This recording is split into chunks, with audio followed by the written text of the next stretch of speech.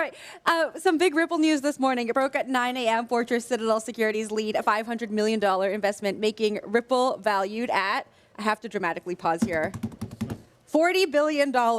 And I think it's a great validation of everything that we've been doing. I mean, this year has been such a breakout year for Ripple in so many different ways. 4 large acquisitions, 2 north of $1 billion. The momentum in the underlying business has been very positive. The acquisitions that we've made are very accretive and certainly synergistic to the stablecoin business, which we can talk about. And while Ripple is a very well-funded company and it wasn't about needing the money, it was more about a validation. I think all the things that we've been doing through these acquisitions and buying back shares for investors has drawn a lot of interest from some brand name institutional investors. So you get the likes of the Fortress, the Citadels, the Marshall Wace, the Brevan Howards, who want to be a part of that journey. And I'm excited about it because those are the type of institutions that we want to do more business with. So I think it's not just about an investment into the company, it's about where we can actually support them and being that bridge between traditional finance and DeFi. So how do you keep the pace and the energy when air gets sucked out of the fast money market? Well, we have a long-term view in the business, and I think specifically in the stablecoins, it's really a war of attrition, right? It's I think crypto's having a moment, and stablecoins are having a moment in the moment, if you will. And I think what's driving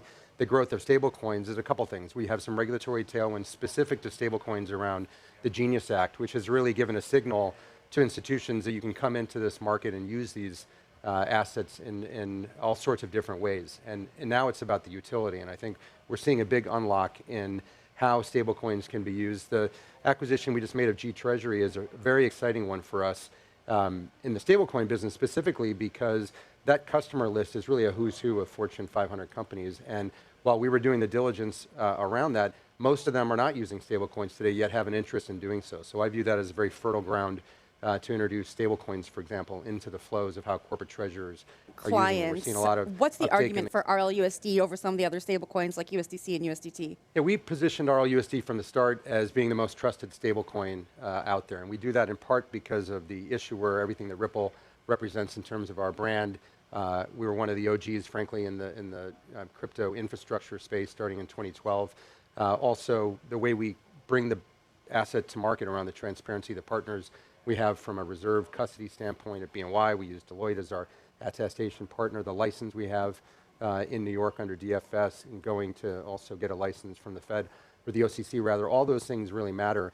Couple that with, we are, as a business, I think very focused on the utility of the stablecoin. So we're the only stablecoin issuer that is vertically integrated across a number of different businesses. We're the only stablecoin issuer with a native payments business, with a native custody business, with a native capital markets business, through the Ripple Prime business, and all those different businesses generate a lot of utility and interest, coupled with the strategic partnership, I would say, or investment that we make in terms of contributing to the XRP ledger and everything that XRP can do for that. And so you partner with all those different aspects of the business, and I think it truly sets us apart. Its purpose. You mentioned 2 thoughts. One, do others have to lose for us to win? I would say no. I mean, we think of ourselves as really the one-stop shop and the most trusted gold standard for stablecoin issuance, and I think that will earn trust over time as we're not even a year old, and we're already north of $1 billion.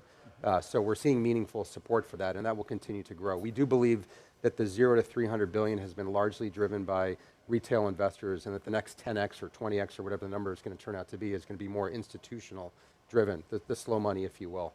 As it relates to collateral, I'm frankly really excited about that opportunity. I come from a traditional finance background, and I've seen the inefficiencies that exist around capital markets. And it's not necessarily by design, but it's just the way that sequentially markets evolve. And today the technology exists, and we're seeing that in tokenization. The panel yesterday, at the end of the day with Franklin Templeton, Citi, and Fidelity, I think really unlocked a lot of ideas around how tokenization of real world assets will be utilizing stablecoins and these other aspects. And specifically, collateralization is key. I don't think, or collateral use case, I don't think most people really understand the critical role that collateral uses in terms of providing financing tools in capital markets. And for that to really be an unlock, we need some support from the regulators to do that. So we're on a bit of a charm offensive, meeting with regulators around the world to get RLUSD treated as good collateral.